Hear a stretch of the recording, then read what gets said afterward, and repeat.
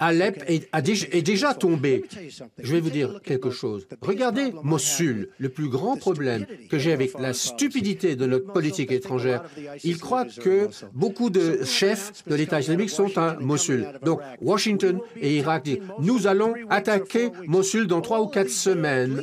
Et tous ces chefs de l'État islamique sont en train de quitter Mossoul. Pourquoi ils n'attaquent pas avant, en douceur et de manière secrète avant? Mais on annonce au public américain qu'on va éliminer les chefs de l'État islamique à Mossoul, qui s'en vont maintenant, ils fuient, ils ne seront plus là. Donc nous sommes vraiment stupides.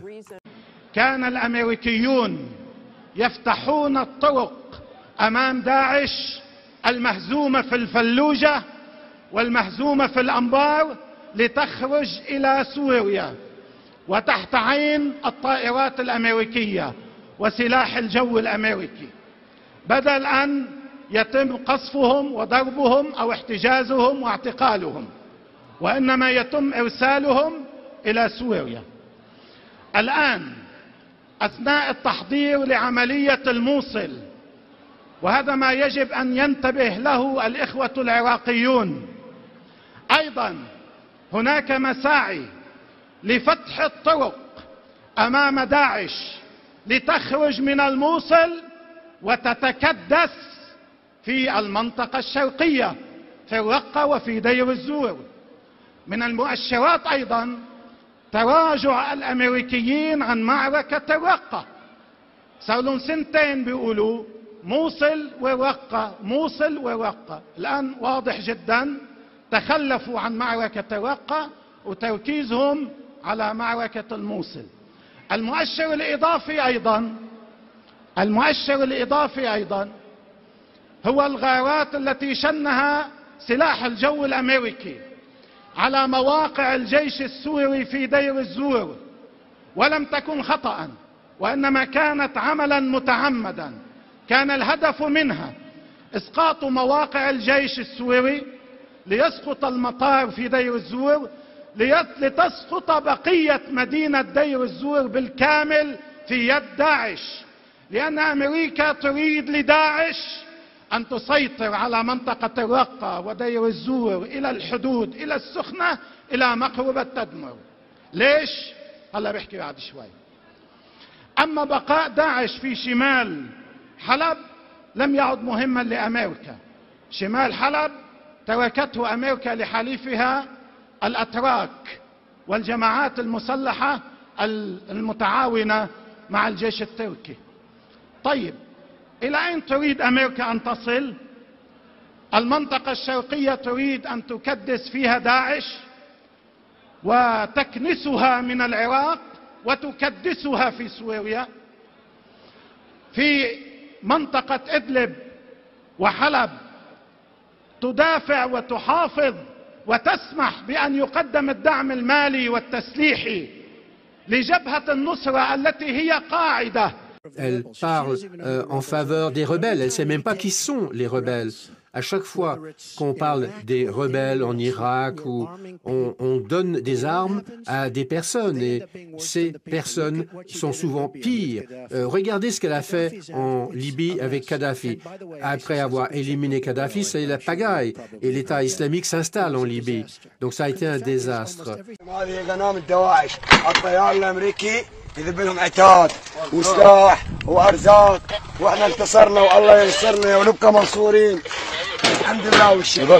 بعد هذا شوف بعد هذا ما كذب ولا عافوا فروا عافوا فروا جردان داعش راح تفتح لك هسه هاي الحاويه حاليا وشوف هاي الصواريخ لما يسدهم من شو هاي وذيك هذيك تعال تعال هاي هاك باوي هاك شوف هاي كثير باله يطلقون علينا والله اللي يعلم حتى آليات ورمان شويدك صواريخ هاون. C'est dans ce contexte que le gouvernement français prendra la décision de briser l'embargo européen. Dans le secret le plus total, Paris livre des armes aux rebelles. François Hollande le reconnaîtra beaucoup plus tard dans une confidence à l'auteur de ce livre. Nous avons commencé quand nous avons eu la certitude qu'elles iraient dans des mains sûres. Pour les armes létales, ce sont nos services qui ont procédé aux livraisons. لم ينتهي زمن الاستخدام في سوريا. هناك أهداف أمريكية في سوريا وهناك أهداف إسرائيلية في سوريا، ويتم استخدام داعش والنصرة من حيث تعلمان أو لا تعلمان لتحقيق وخدمة هذه الأهداف. En novembre 2015, selon le quotidien Haaretz, Benjamin Netanyahou aurait testé Barack Obama sur un possible redécoupage des frontières de la région, le chaos syrien permettant de penser différemment l'avenir du Golan, dont l'annexion par Israël n'a jamais été reconnue par les États-Unis et la communauté internationale. الكل يتذكر عندما أعلن الاتفاق الروسي الأمريكي أو أعلن بعض بنوده وأنه سيكون هناك عمل مشترك أمريكي روسي لضرب داعش والنصرة في سوريا، أول ناس ارتفع صوتهم واحتجاجهم كان الإسرائيليون، وقالوا بصراحة أنتم يا أمريكان شو عم تعملوا؟ إذا ضربتوا داعش والنصرة بسوريا يعني تركتونا لوحدنا. استعملوا هاي العبارة، يعني أنتم تتركون إسرائيل وحيدة في المنطقة في مواجهة سوريا والجيش السوري وحزب الله وفصائل المقاومة. فاحتج الإسرائيليون وحركوا كل جماعاتهم، جماعات الضغط تبعهم في الولايات المتحدة الأمريكية. إذن الاستخدام للأسف لم ينتهي. Je n'aime pas du tout Assad, mais Assad se bat contre l'État islamique. La Russie se bat contre l'État islamique et l'Iran se bat contre l'État islamique. Le général George Patton, Douglas MacArthur sont en train de se retourner dans leur tombeau, dans leur tombe, à cause de ce que nous faisons au Moyen-Orient.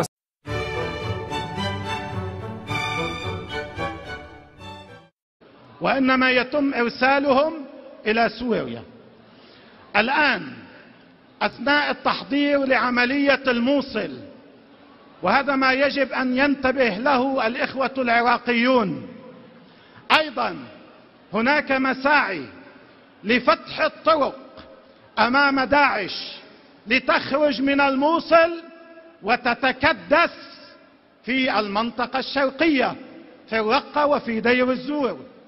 من المؤشرات أيضا تراجع الأمريكيين عن معركة الرقة.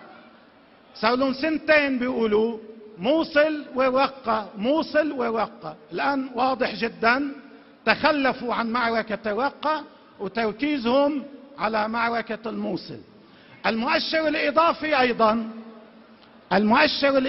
أيضا هو الغارات التي شنها سلاح الجو الأمريكي على مواقع الجيش السوري في دير الزور، ولم تكن خطأ وإنما كانت عملا متعمدا.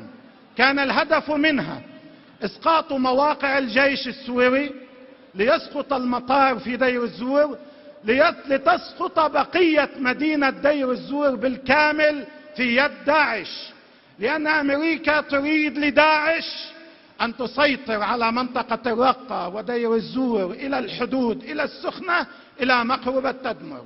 ليش؟ هلا بحكي بعد شوي. أما بقاء داعش في شمال حلب لم يعد مهما لأمريكا. شمال حلب تركته أمريكا لحليفها الأتراك والجماعات المسلحة المتعاونة مع الجيش التركي. طيب، إلى أين تريد أمريكا أن تصل؟ المنطقة الشرقية تريد أن تكدس فيها داعش وتكنسها من العراق وتكدسها في سوريا. في منطقة إدلب وحلب تدافع وتحافظ وتسمح بأن يقدم الدعم المالي والتسليحي لجبهة النصرة التي هي قاعدة. Elle parle en faveur des rebelles. Elle ne sait même pas qui sont les rebelles. À chaque fois qu'on parle des rebelles en Irak, où on donne des armes à des personnes, et ces personnes sont souvent pires. هناك أهداف أمريكية في سوريا وهناك أهداف إسرائيلية في سوريا، ويتم استخدام داعش والنصرة من حيث تعلمان أو لا تعلمان لتحقيق وخدمة هذه الأهداف. En novembre 2015, selon le quotidien Haaretz, Benyamin Netanyahou aurait testé Barack Obama sur un possible redécoupage des frontières de la région. Le chaos syrien permettant de penser différemment l'avenir du Golan, dont l'annexion par Israël n'a jamais été reconnue par les États-Unis et la communauté internationale. الكل يتذكر عندما أعلن الاتفاق الروسي الأمريكي أو أعلن بعض بنوده وأنه سيكون هناك عمل مشترك أمريكي روسي لضرب داعش والنصرة في سوريا. أول ناس ارتفع صوتهم واحتجاجهم كان الإسرائيليون وقالوا بصراحة أنتم يا أمريكان شو عم تعملوا؟ إذا ضربتوا داعش والنصرة بسوريا يعني تركتونا لوحدنا. استعملوا هاي العبارة. Regardez ce qu'elle a fait en Libye avec Kadhafi. Après avoir éliminé Kadhafi, c'est la pagaille. Et l'État islamique s'installe en Libye. Donc ça a été un désastre. يذب لهم عتاد وسلاح وارزاق واحنا انتصرنا والله ينصرنا ونبقى منصورين الحمد لله والشكر. بعد هذا بعد هذا ما كذب عفوا فروا عفوا فروا جردان داعش راح افتح لك هسه هاي الحاويه حاليا وشوف هاي الصواريخ لما يسدها من شو هاي وذيك هذيك تعال تعال هاوي هاك باوي هاك شوف هاي كثير ماله يطلقون علينا والله اللي يعلم حتى آليات ورمان شويدك صواريخ هاون. C'est dans ce contexte que le gouvernement français prendra la décision de briser l'embargo européen. Dans le secret le plus total, Paris livre des armes aux rebelles. François Hollande le reconnaîtra beaucoup plus tard dans une confidence à l'auteur de ce livre. Nous avons commencé quand nous avons eu la certitude qu'elles iraient dans des mains sûres. Pour les armes létales, ce sont nos services qui ont procédé aux livraisons.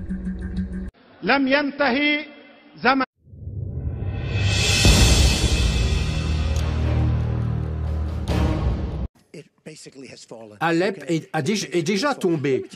Je vais vous dire quelque chose. Regardez Mossoul, le plus grand problème que j'ai avec la stupidité de notre politique étrangère.